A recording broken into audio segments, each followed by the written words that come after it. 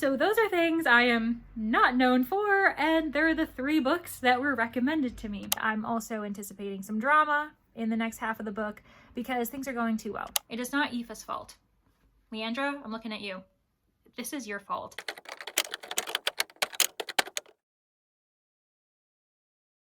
Hey everyone, welcome back to my channel. This is my 6th episode of Meet the Booktuber through books, and my 6th guest is Aoife from Pretty Purple Polka Dots. She has been someone that I've known for nearly a year now on BookTube, and she's one of my favorite booktubers.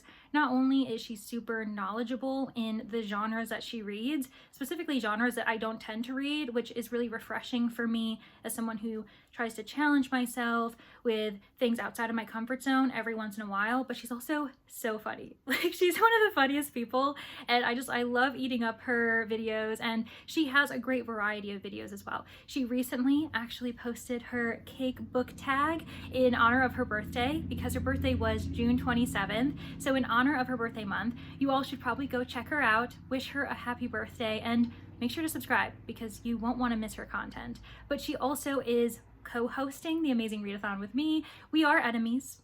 That is understandable. As someone who is a ghost leader for Team Spooky, I have to battle with Aoife, unfortunately, because she is one of the hosts for general fiction. And honestly, like, our worlds do collide because one of my favorite things is historical mysteries, and that technically counts for both teams. I'm just saying. So we're kind of made for each other. But with Aoife, she ended up recommending 3 books for me, and they all were very much outside of my comfort zone. Basically, the way this thing works is, I probably should have said that, is that I ask a booktuber every month to recommend 3 books to me that represents themselves, their interests, their channel, so that I can get to know them better through books, but also you all can get to know them better through books. I have periodically leaned on some really close friends in BookTube who I don't really need to introduce myself to, with others who I don't know at all, and it genuinely is an introduction for all of us. With Aoife, I would say it's a little bit of both, because we are definitely friends on BookTube and we interact with each other all the time because we're participating in the same events when it comes to readathons, reading sprints. But when it comes to our sectors of BookTube, like our reading interests, I would argue that we're in different corners because Aoife tends to read general fiction, historical fiction. We also have a bit of thriller mysteries, which mysteries I read, but less so when it comes to thriller and suspense, and also contemporary romance.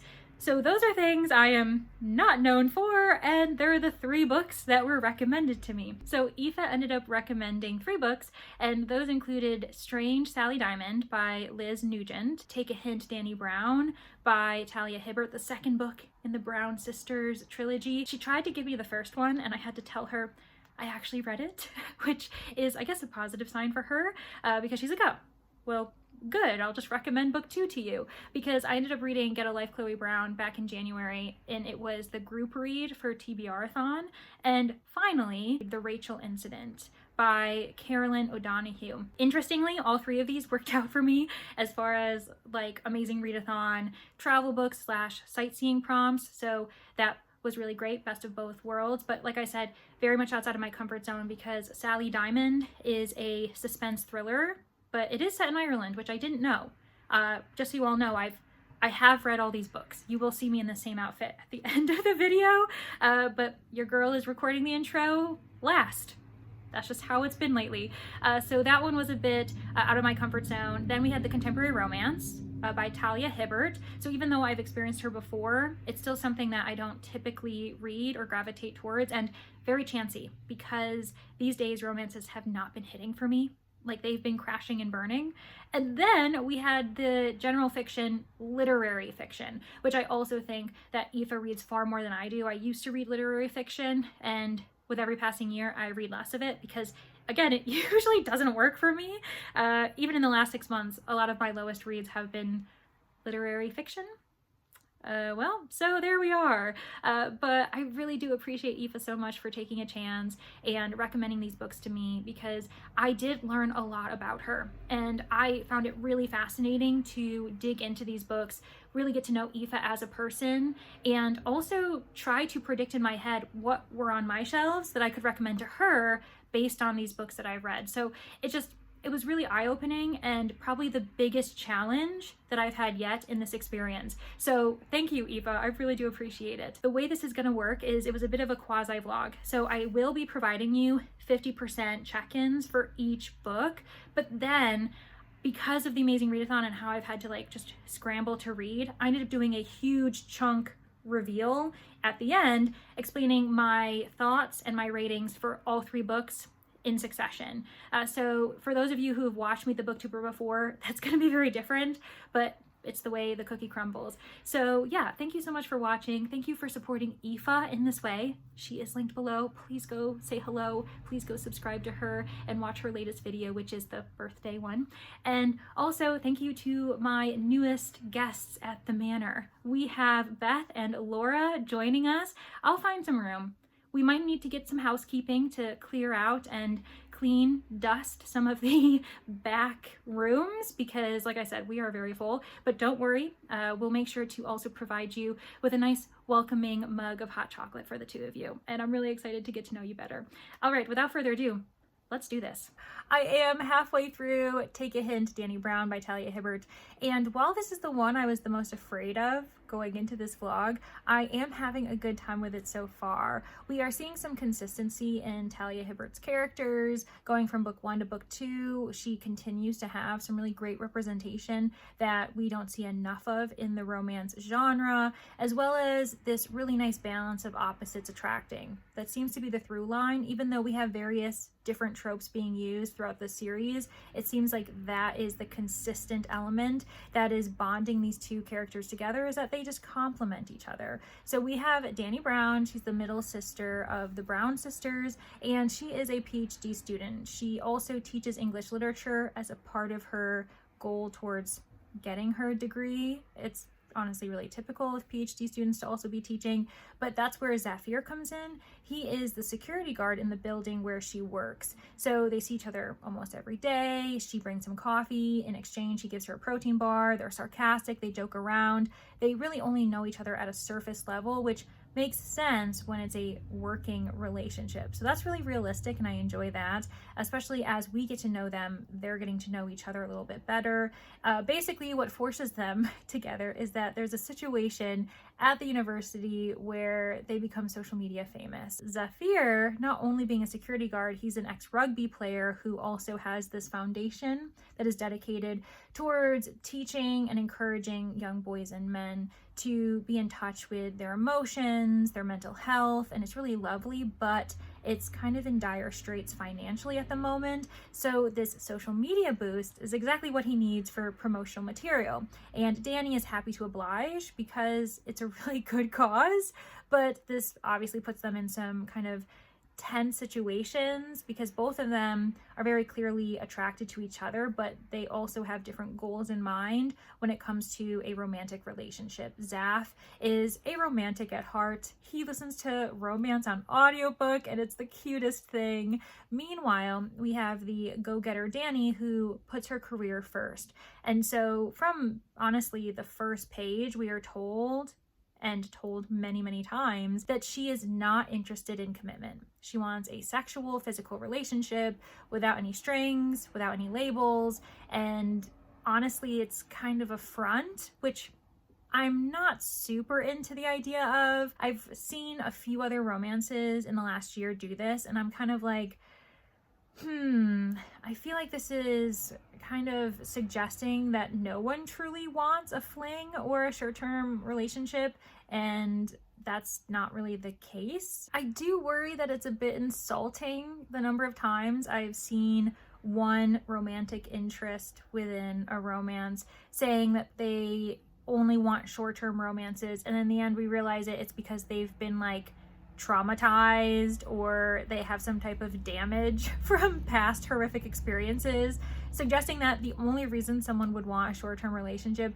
is because of this kind of trauma. And it's like, no, there are people out there who genuinely don't want long-term relationships, who are much happier being alone, focusing on their career, on their other types of relationships in their lives, but it is what it is. So basically what I'm saying is that Dani says she doesn't want a long-term relationship, but we realize she actually does. It's just that she's been burned before by a handful of lovers who have pretended to be okay with her work-life balance, the fact that she does prioritize her career sometimes, and then once they are committed to each other, she realizes that actually they aren't okay with it. It makes her feel badly about herself, feel guilty, and eventually, obviously, the relationship crashes and burns. We also learn that Dani is bisexual, which is really lovely representation for that. And that's also kind of the bumpy start that she has with Zaf, because he doesn't realize that she's attracted to both men and women.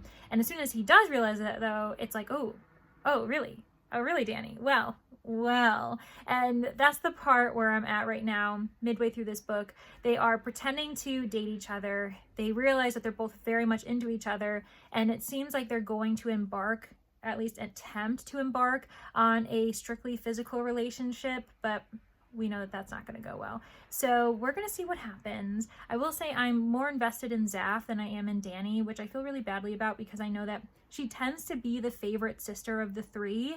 And it's not that I like Chloe better than Dani. I think that I'm kind of like about both of them at this point. I think they provide great representation, and I do think that they have a fun dynamic with their romantic partners.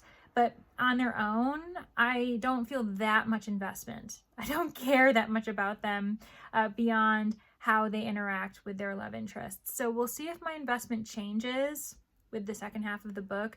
But so far, I would die for Zaf.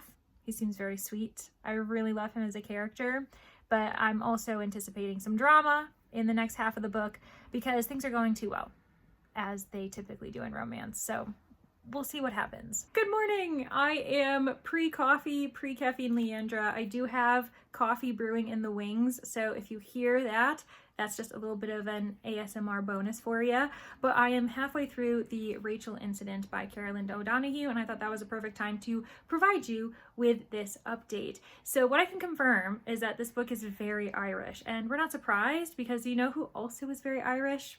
Aoife, and I am really finding it fascinating the amount of information I'm gathering for like the economy, the culture, references to certain historical events, and what it must have been like for Irish people to be growing up in their late teens, early 20s in the 2010s. I am kind of surprised that this is set in the 2010s.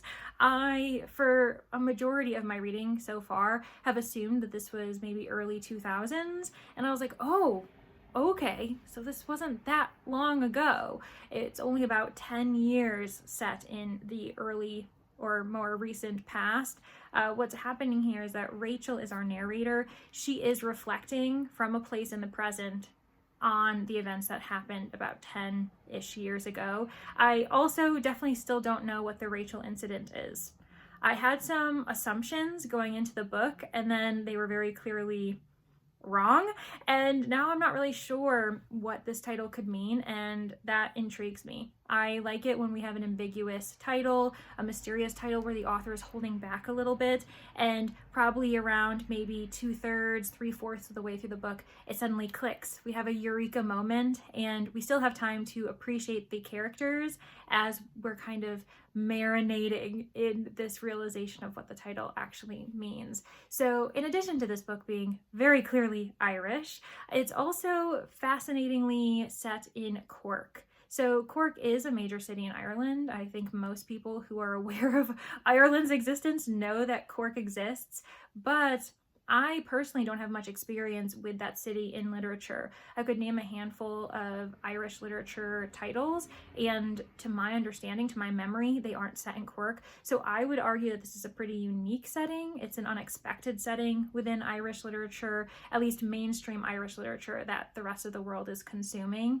And I do find it funny because the author does make certain references. She has her characters kind of complain and put down Cork as they're living there, thinking, why are we even living here? There are no opportunities. Nothing happens in the city. We should be moving elsewhere, maybe to London or Dublin or something else like that. And that's kind of a bit of a metafictional acknowledgement by the author, in my opinion, that she has set this place in kind of an under the radar yet major city. So Rachel, though, she's experiencing a bit of a coming of age story here.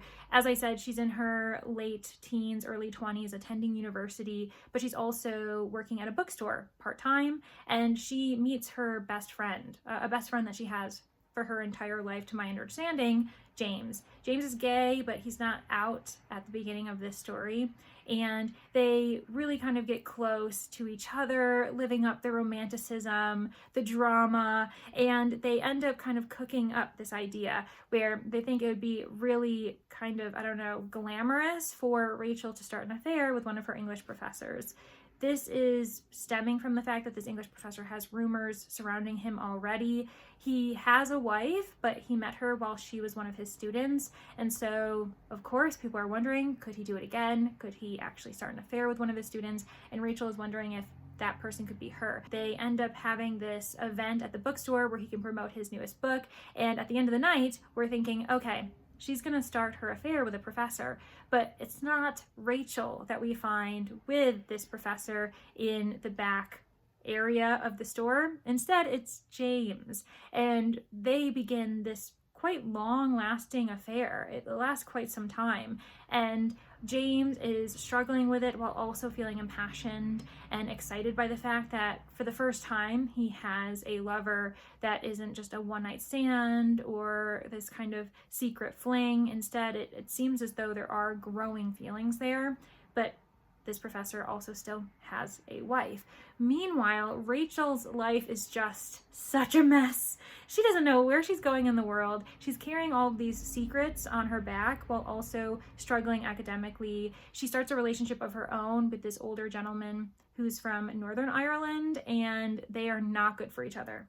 They kind of reinforce each other's bad habits and bad behaviors, and it's not good for anyone. And where we're at in the story so far is basically just a transitioning period. Rachel has left school and James is attempting to find some type of career in film and screenwriting. They have this huge ploy, this huge plot and preparation to eventually move to London. I'm not sure if that's ever going to happen, but I still don't know what the Rachel incident is. I'm assuming it's going to happen pretty soon, but we'll see how it goes. At the moment, I would say that I'm kind of middle of the road about this book. I don't feel super impressed or super invested in these characters, even though the longer I stay with them, the more I kind of see how well O'Donoghue has captured what it feels like to be in your early 20s. Not great. There is so much going on at that point in your life. Everything is just polarized. It's the absolute worst times or the absolute best times, and your emotional state is just a roller coaster. So honestly, good job, O'Donoghue. That wasn't super fun to kind of return to and be like, oh, yikes, yeah, my 20s were kind of a mess. At least my early 20s were, but we live and we learn. And so I do appreciate and recognize why the Rachel incident is kind of becoming this really popular, well-known title that is well-loved by Aoife herself. Coming of age stories, contemporary fiction in general, just doesn't tend to be my cup of tea. More often than not, especially with every passing year, I'm kind of avoiding literary fiction. And so as much as I can recognize that the author is a strong writer, I just don't think that I'm gravitating towards this story in general. So we'll see what happens. We've got 50% of the way through to go, and I still have to figure out what the Rachel incident is. So maybe that's what's going to change things once I figure out what this incident actually, ends up culminating into. But that's my update for you so far, and I will see you when I finish the book. I am halfway through Strange Sally Diamond, the third book in this reading vlog, and I have had quite a week. I ended up getting sick a few days ago, and I have not felt any energy. Obviously, being physically sick added to feeling as though I needed emotional and mental health breaks too. It was just, I had the trifecta, but I am feeling a lot better today. I'm on the mend, and I was able to get some significant reading done, hence why we have this update. And boy, this book, I had no idea what I was getting into, and I do blame myself. It is not Aoife's fault. Leandra, I'm looking at you. This is your fault. because I entered so blind. I obviously assumed, with the title being Strange Sally Diamond, that there would be a main character or some type of character named Sally Diamond. And I recall on certain review sites there being descriptions of it having a mystery, of being a thriller, there being some psychological elements that characters have to deal with. And I was like, okay, you know, run-of-the-mill thriller, we got this. No. I didn't even expect them to be in Ireland. I should have expected this with Aoife, but for some reason I thought that the Rachel incident was like the one representation, and I was really excited to realize that no, there's actually 2 books in this vlog that highlight Irish characters, Irish authors, and that's really cool. So again, like, thank you, Aoife, so much. This has been really interesting. Be sure to look at the content warnings, because I'm sure there's a laundry list somewhere, because there have been some really shocking scenes, and this book gets dark. So just be aware if you haven't read this and you know that as a type of reader you might want to be avoiding things. Just look at it. It will be very helpful to you. So for me, I have actually kind of been feeling various emotions. I've had highs, I've had lows, and the book in itself has started off pretty slow.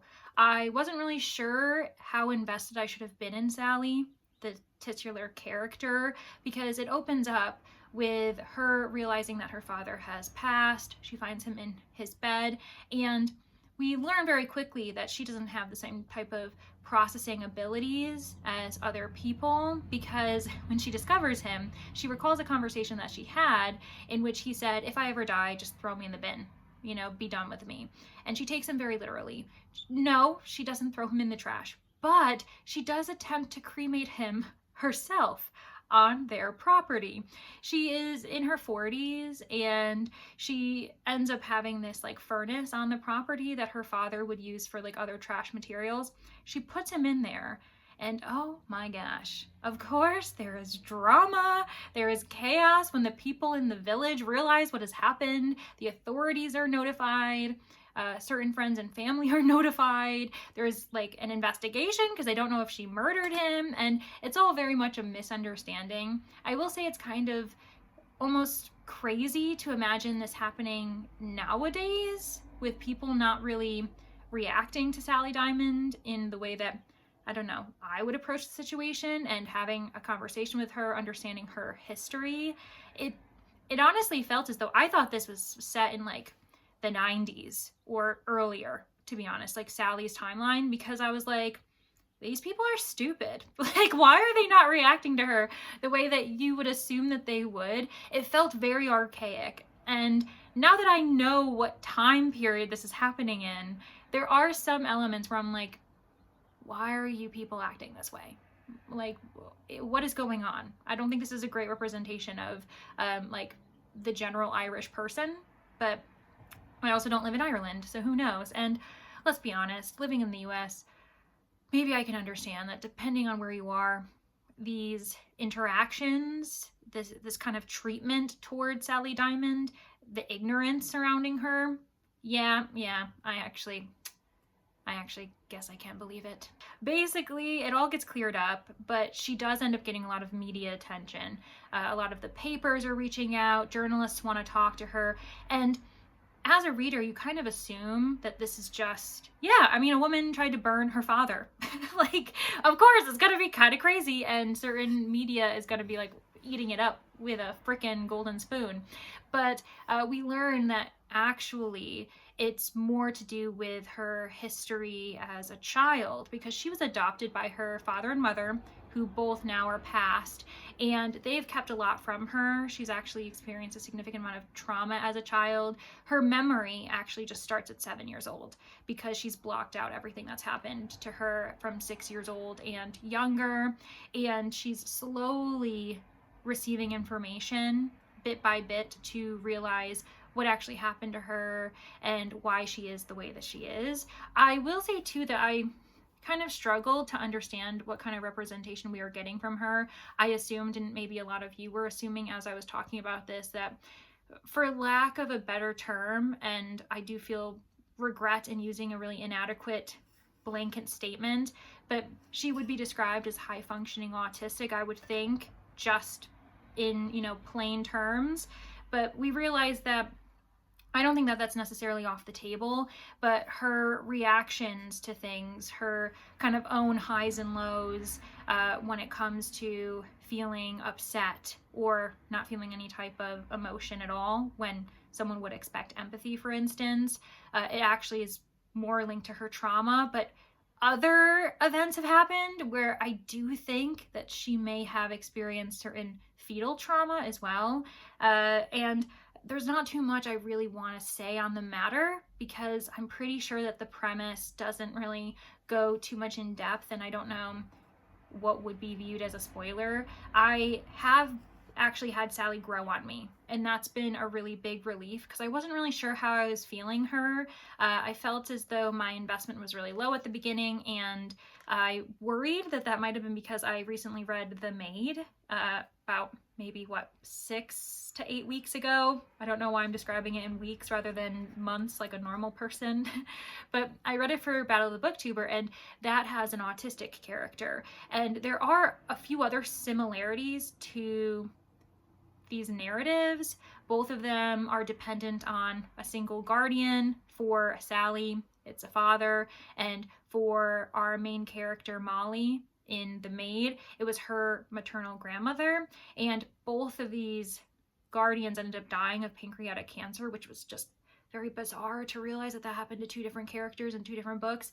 But anyway, I also just feel like the two authors have a very similar writing style in how they deal with the humor that exists within awkward situations between our characters, Molly and Sally, in these two separate worlds, and the outside world. I think that they have similar kind of, tones, even though one is far darker than the other, and that is Strange Sally Diamond.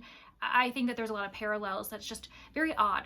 It's weird when you're reading two books that are for different projects or different reasons, but it happens in a very short timeline, and you're like, I feel like I'm reading the same book, kind of. I am getting really frustrated with one part of this book, and I'm speaking vaguely because I think it's truly a spoiler. I actually can't talk about it, and I don't know how to move on without being able to express myself. So what's going to have to happen is there's going to be a spoiler section to this vlog at the end. I'll probably wait until I finish the book so I can fully discuss how I felt, and then you can kind of know, okay, entering spoiler zone, put on your spoiler hats, and then we'll be ready. But for now, I can say kind of very vaguely, read between the lines, that half the book I'm intrigued by, half the book I'm not. What a mixed reaction to this book. I really want to keep going because I am really invested, but oh my gosh, this one really kind of puts you through the ringer. Okay, with that said, I need to finish the other half of this book, so I'll reach out to you guys when I'm done. Well, I finished all 3 books, and this is definitely going to be the most quasi vlog ever because I'm gonna partially blame the fact that we have been on the amazing readathon schedule. So I've had to really shell out as many books as possible in a short amount of time as we're moving from one city to the next. And the idea of also pausing to record my thoughts as I was juggling things was just too much. Like, for instance, I was reading Take a Hint, Dani Brown at the same time as I was reading The Rachel Incident. I literally got to 50% at the same time for both of them, and then I finished them both, I think either the same day or one day after each other, and it's just, yeah. So this is kind of a crazy version, but basically what I think I've done is I've shown you 50% marks of everything, and now here I'm gonna have the discussion where I go through all 3 books, my reactions to them, and oh my gosh, I think this was a really fun experiment, and that is what I'll say about it. So Aoife and I don't think either of us will be surprised to realize we have very different tastes. Her preferred genres are very different from my preferred genres. I would actually argue that I've said this a few times in other Meet the Booktubers, but this truly was the biggest test for me because 2 out of the 3 genres are ones I rarely pick up, and the other is one that is hit or miss for me, and it's more often a miss than it is a hit. I suppose I might be confusing you because one of the other genres might also qualify for that. But anyways, the whole idea is that I was given a contemporary romance, and lately those just haven't been hitting for me. I think I was in my romance era last year, and especially the year before that in 2022. And this year it hasn't really been working. And then I received from Aoife a contemporary fiction. I would argue it's very literary fiction, and that is something that I used to read all the time, so I'm very aware of it. And I used to feel as though I had to read it. It was almost like required reading, mainly because, for those of you who don't know, my background is getting an undergraduate degree in creative writing. So I recall making myself read that for the most part, and now I'm actually probably more of a popular genres person. I love mysteries, I really enjoy sci-fi and horror, and I'm getting more into fantasy now. And then we receive this kind of, I don't know, off the beaten path mystery thriller. It's described as suspense. I would argue that that definitely is true, but I actually don't think it's a thriller. However, I don't really know how else to categorize it. So there's that. But anyways, how did I feel? Well, I'm gonna go from worst to best because I think that that is probably the best way to go for it.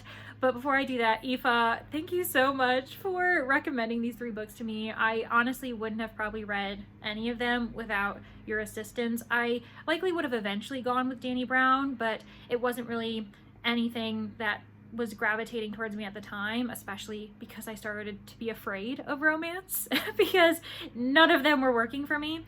And so I'm glad you made me do that.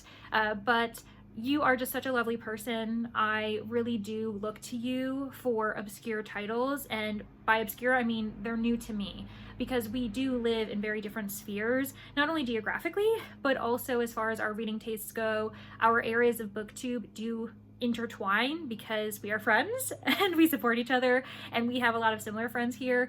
But I do think that you and I are on different sides of the spectrum for BookTube, so this was really fun and I really do appreciate you. And that's why I was even more excited to highlight you, because I know that a lot of people who are subscribed to me may or may not be interested in branching out in those types of genres. And so that's why, if you're watching this and you aren't Aoife, make sure you go subscribe to her, because she will challenge you, especially if you're someone whose reading tastes tend to match mine, because this was it was a really fascinating experiment for sure. And on to the 3 books I had to read and my final thoughts. So like I said, I'm going to start with the book I didn't like the most, or I liked the least, and that is Strange Sally Diamond by Liz Nugent. So this one is the mystery thriller, and I would say it's the genre I was saying that is hit or miss, and more often miss these days. I am finding myself a bit more struggling through certain tropes, and just the thriller genre, the thriller community in general,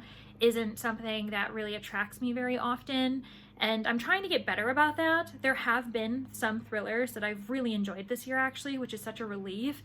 But this one just didn't work for me. And I think it's because it ended up hitting certain elements, certain content warnings that I just don't want to see in my books. And I can't talk about them because some of them are going to be spoilers. One example is brutality towards women, towards a pregnant person, and it leads to fetal trauma. And it was a really horrific scene, this one scene. And so be sure to go into that expecting this scene to happen. And it's performed by someone that you wouldn't expect. I won't go any further, but that person was honestly the worst, and I hated every time they came onto the scene because I wasn't really sure what Liz Nugent wanted me to do with this person, how I should have felt with this person.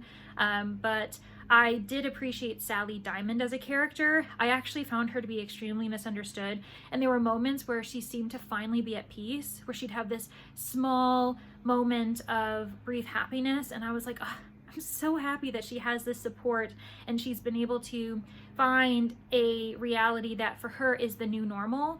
But surrounding it were just people who were so impatient. And she did have supporters. She did have people who were patient. But there would always be a moment where suddenly someone would react to her in a way where I'm like, you remember the trauma that she's gone through, right? Like, you know how it's all stacked up.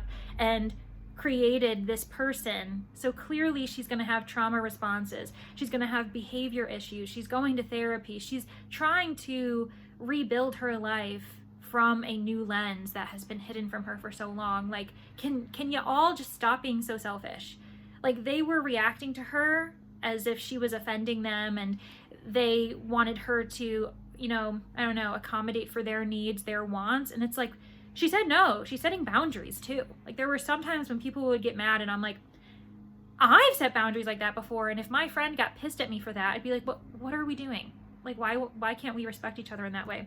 So that was kind of weird. I found a lot of the trauma, the violence in all of its forms to be really extreme and unbelievable. There were certain story arcs, like subplots, that were so far-fetched. And it was really, I couldn't tell if the author wanted me just to believe that these people were dumb, that they genuinely were just stupid, or like something else under the sun. Like, I really didn't know what I was missing. And I will say that I think that this author very much leans into her craft as someone who I believe runs theater production, who's partaken in screenwriting for both radio, television, and possibly film. And this is a very dramatic book. I could see this being dramatized in like a film or a miniseries and people just eating it up. And so I think that's why I also had an issue with it, because it felt like she was sacrificing some realistic elements for the drama factor to also semi-sensationalize the pain that these characters were inevitably experiencing throughout the book and by the end. Like, the ending had no positive resolution. It was actually kind of depressing. And I felt really bad for Sally. And I'm being really vague because genuinely there are a lot of points that would be spoilers. And I'll make sure at the end, once I say my outro and everything, if you want to wait, I will reveal those. So stay tuned if you're interested. So for this book, I'm gonna give it a 1 star. I'm so sorry, Aoife. The thing is, I know a lot of people have enjoyed it, especially quite a few people on Team Spooky are reading it for various legs throughout the month, and I've only seen positive reviews. So I understand that I'm in the minority here, but it just didn't sit well with me. I thought about softy and effing it, and I almost did that, and I would then come to you all and tell you that I've done that. But by the time I was so far into it, I was like, okay, let's just see how this ends. And then it is what it is. So we have started with the lowest rating, so everyone can take a nice sigh of relief, hopefully, as we move forward into more positive reviews. The book that received the middle rating for me in this vlog was The Rachel Incident by Carolyn O'Donoghue. Now, this was interesting because it was the first book of 2 that I read. Oh no, yes it was. It was the first book of 2 that I read that were not only set in Ireland, but written by Irish authors. Liz Nugent is also an Irish author, and that really shocked me. I was entering all of these books really, really blind, actually, probably the blindest I've been in this entire Meet the Booktubers experience. And so it was a really refreshing, lovely realization that Aoife gave me 2 authors who were Irish and 2 settings that were somewhere in Ireland. So that was really cool. With The Rachel Incident, I'm gonna give this 3 stars. This one was literary fiction, and I actually am giving it 3 stars because I could see myself recommending it to others. I talked about this with Dani recently, and we both kind of agreed that that's kind of the threshold for a 3 star. If we feel like there's an audience out there, if we would feel confident and good about providing a recommendation in that way. And I could totally recommend this to anyone who is a general fiction, contemporary fiction, literary fiction lover out there. I actually have a few people in mind already where if they ever ask me for recommendations, I'll know that The Rachel Incident is really good for them. For me, it was just a middle of the road, mainly because I found some of the plotting to be slow and stale at times, but it was also very realistic. Like, I totally understood that this was set during, you know, the Depression, and Irish people were struggling economically just like the rest of the world, and young people at this time in 2010, they were trying to figure out what to do with their lives and how to be successful when in this generation that is actually harder than it's ever been before. So I really appreciate that, and I, by the end, actually grew on Rachel, or she grew on me, I should say. I don't know how she felt about me because she didn't know who I am. I'm just a reader. But she really grew on me. At the beginning, I didn't really know how I was supposed to feel about her. I felt she was kind of like someone that was really tiring. Like, she was exhausting. And then I thought, yeah, who isn't exhausting at 21. Like, we are dealing with so many things, so much responsibility is set on our plate after so many years of structure and being told where to be and when to be there all the time, and suddenly you're in adulthood trying to take care of yourself financially. And honestly, no one in this day and age is taught how to be financially responsible and financially secure. So I was like, actually, Rachel's also very realistic. It's very believable. Now, her relationship with James I thought was a little bit dramatic and soap opera-y at times, which again, some people would totally eat up, but for me, I kind of was over it. And I know Aoife probably doesn't know this about me because we haven't ever really connected about what are our kind of like absolutely not, we refuse to read those things. And I wouldn't refuse to read this, but I think it has to be done in a very specific way for me to be okay with it being in the story, and that's infidelity. I get really frustrated with infidelity in books, especially when the characters who are performing it are also meant to be liked. We're meant to root for them and kind of not really care about these like actions and what they're doing. And there were quite a few people involved in like protecting the infidelity between James and his professor. Like, Rachel was very much a proactive force in just like letting it happen, even as she was having like a kind of working relationship and then almost a friendship with the professor's wife.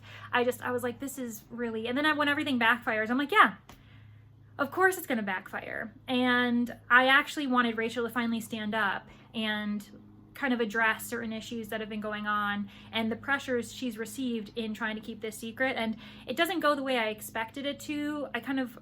I believed it. It was very literary fiction-y. And then we got this strange happily ever after in the end, and that confused me too.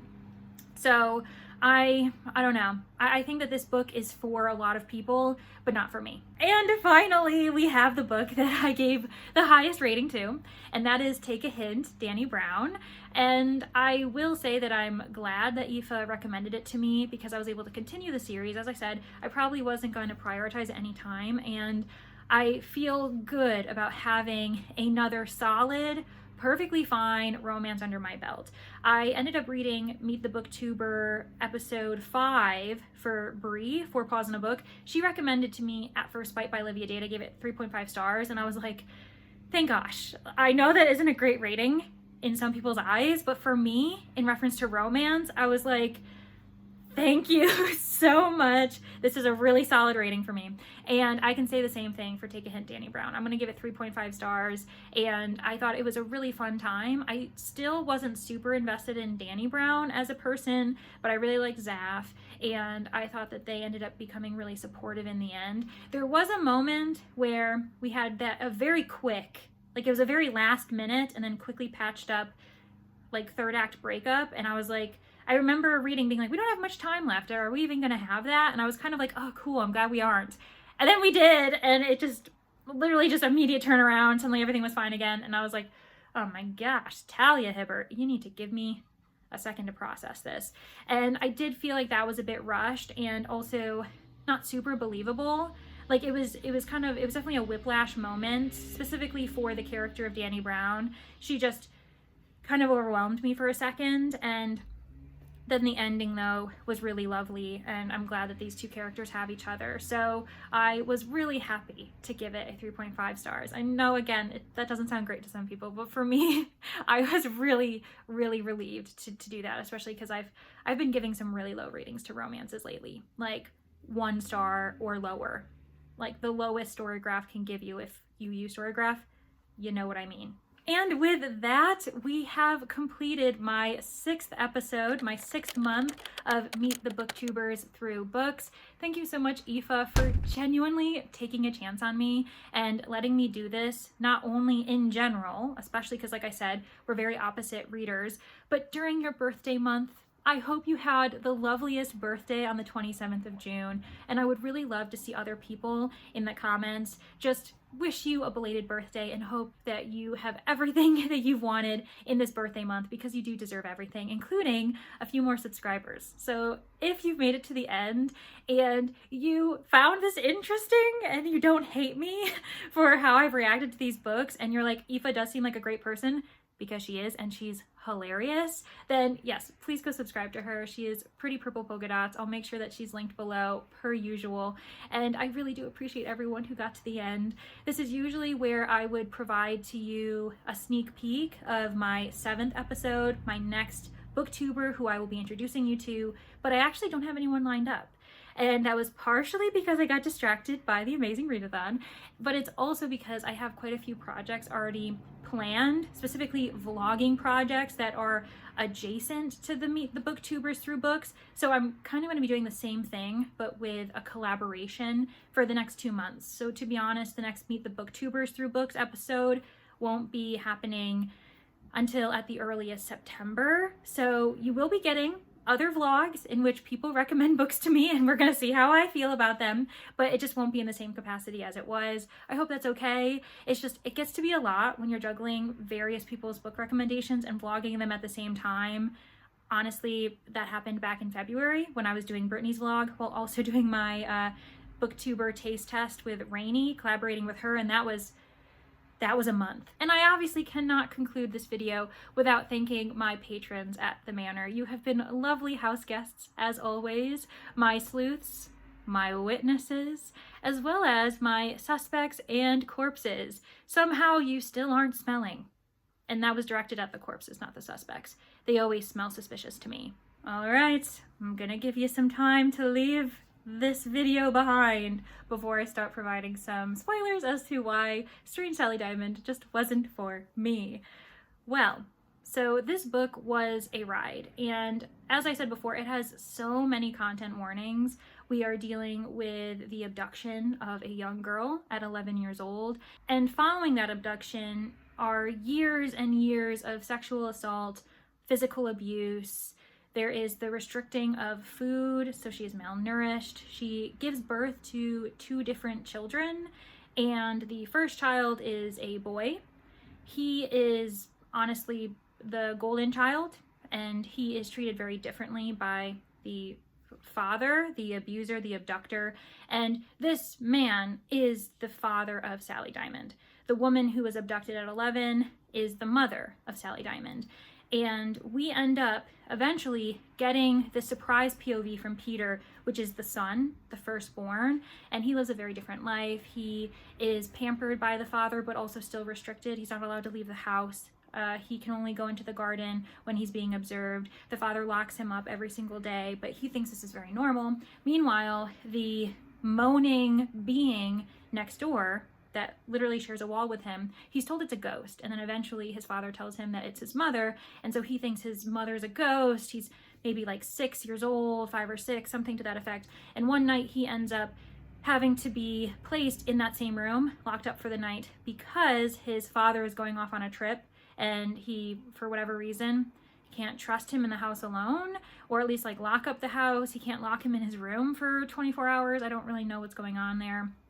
But while he's there, he is prepared for a terrifying experience. His father tells him he's allowed to harm the mother if she ever acts up. He's in control, and he does this. He ends up punching her, kicking her in the face. He kicks her in the stomach, and at this point, she is pregnant with her second child, and that is Sally Diamond. This is what I mean about fetal trauma, and I'm wondering if that also added to Sally's behavioral issues and the fact that she may also be on the spectrum in addition to dealing with trauma from her childhood.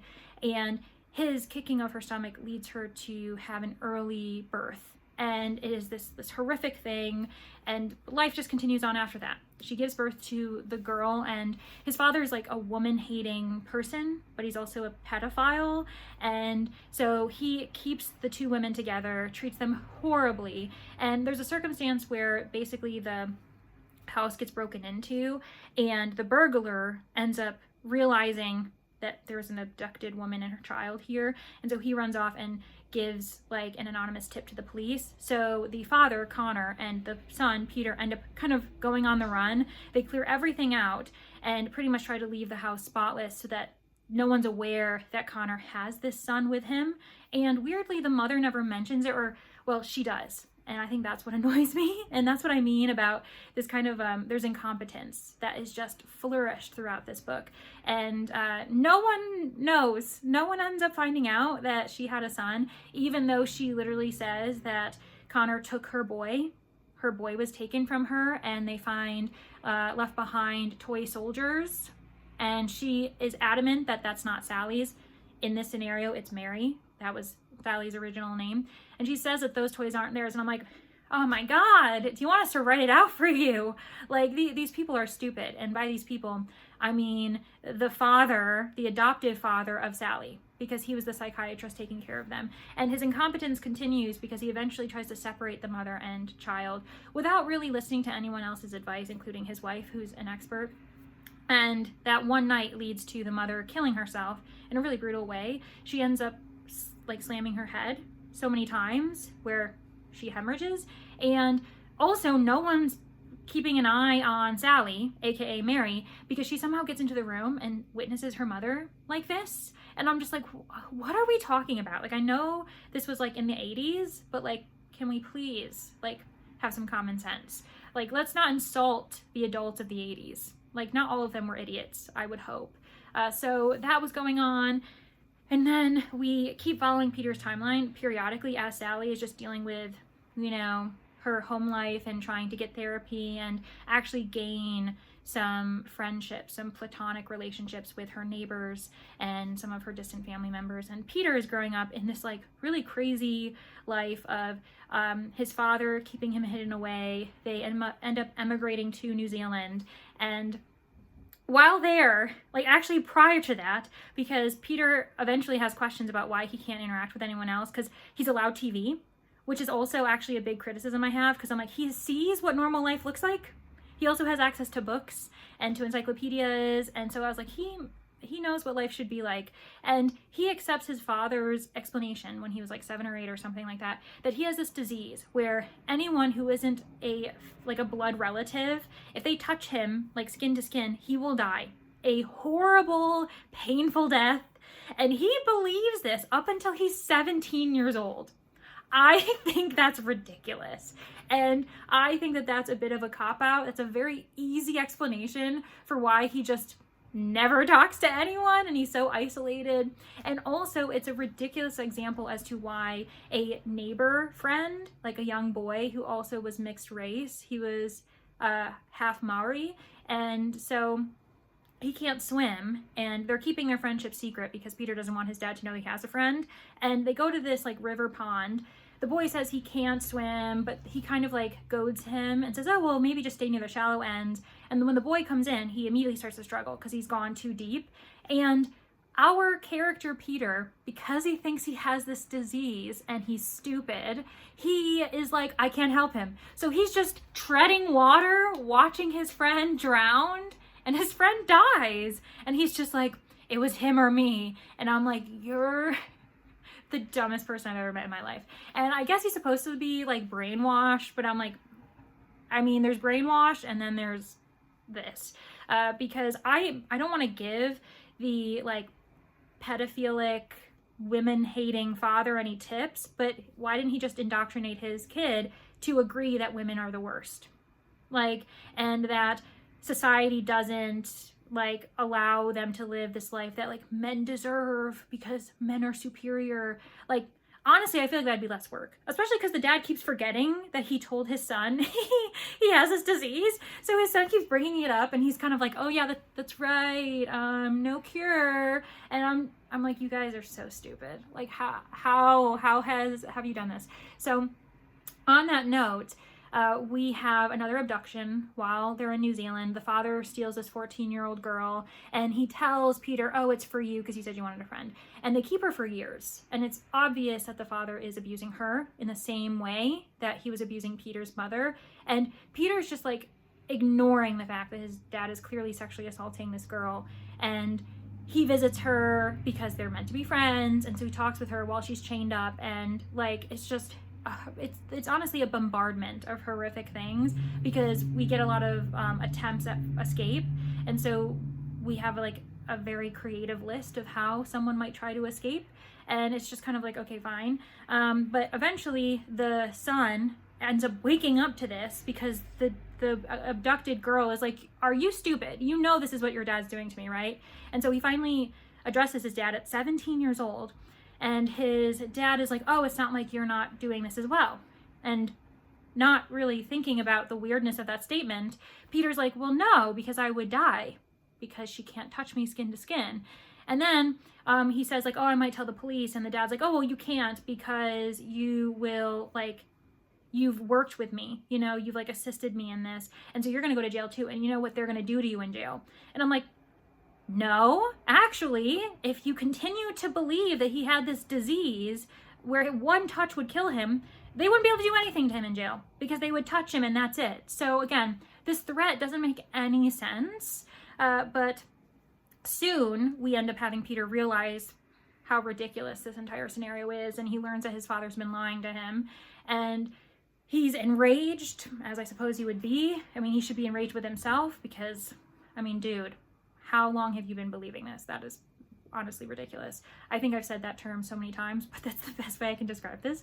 And so he ends up like rage driving with his dad. They get into a crash. His dad dies in the crash. And I'm just like, well, that's not satisfying because your dad was a monster, and I would have liked some type of justice, even if it was like morally gray. Like I wanted the dad to suffer a little bit more, or receive some type of like ability to cope from other loved ones. Like it was really like, I don't know, anticlimactic. And then when he goes back to the home and he, you know, meets with this abducted girl, and she's like, oh my God, I'm saved, thank you. And then she realizes the police aren't there because he's like, actually, I'm gonna keep you. And he does. He keeps her because he wants to have a friend. So he ends up keeping her. She gets Stockholm syndrome and falls in love with him. They have a child. He like ends up giving it away to some church secretly. He eventually, like, she dies because she gets appendicitis, and because they can't go to doctors, she's just dead. He's lonely and sad, and I don't know if we're supposed to feel bad for him, but he eventually ends up going to Ireland, meets with Sally, and she's just like, brother, come here. And we're supposed to, like, they hug. They don't hug, but you know what I mean. Like, she's like, oh, he's, you know, he's my family. And he lies to them about how his dad never abducted anyone again, and how, like, he's always lived a normal life, and the reason why he has like this random child, because they do it like a DNA test to prove that they're brother and sister, and then the baby comes up that he had however many years ago, because apparently she also did 23andMe, and like he's like, oh, that was like from like a one night stand. He ends up stealing like €1 million from her because she gives it to him in crypto, and then he goes off to the United States to hide because he realizes the authorities are onto him. And the pandemic happens. And that's how the book ends. So why is this book? I really couldn't. So it obviously got a 1 star for me. And that ends my TED Talk. So if you stayed and watched this entire spoiler section, I appreciate you. And I'll see you guys in the next one. Bye!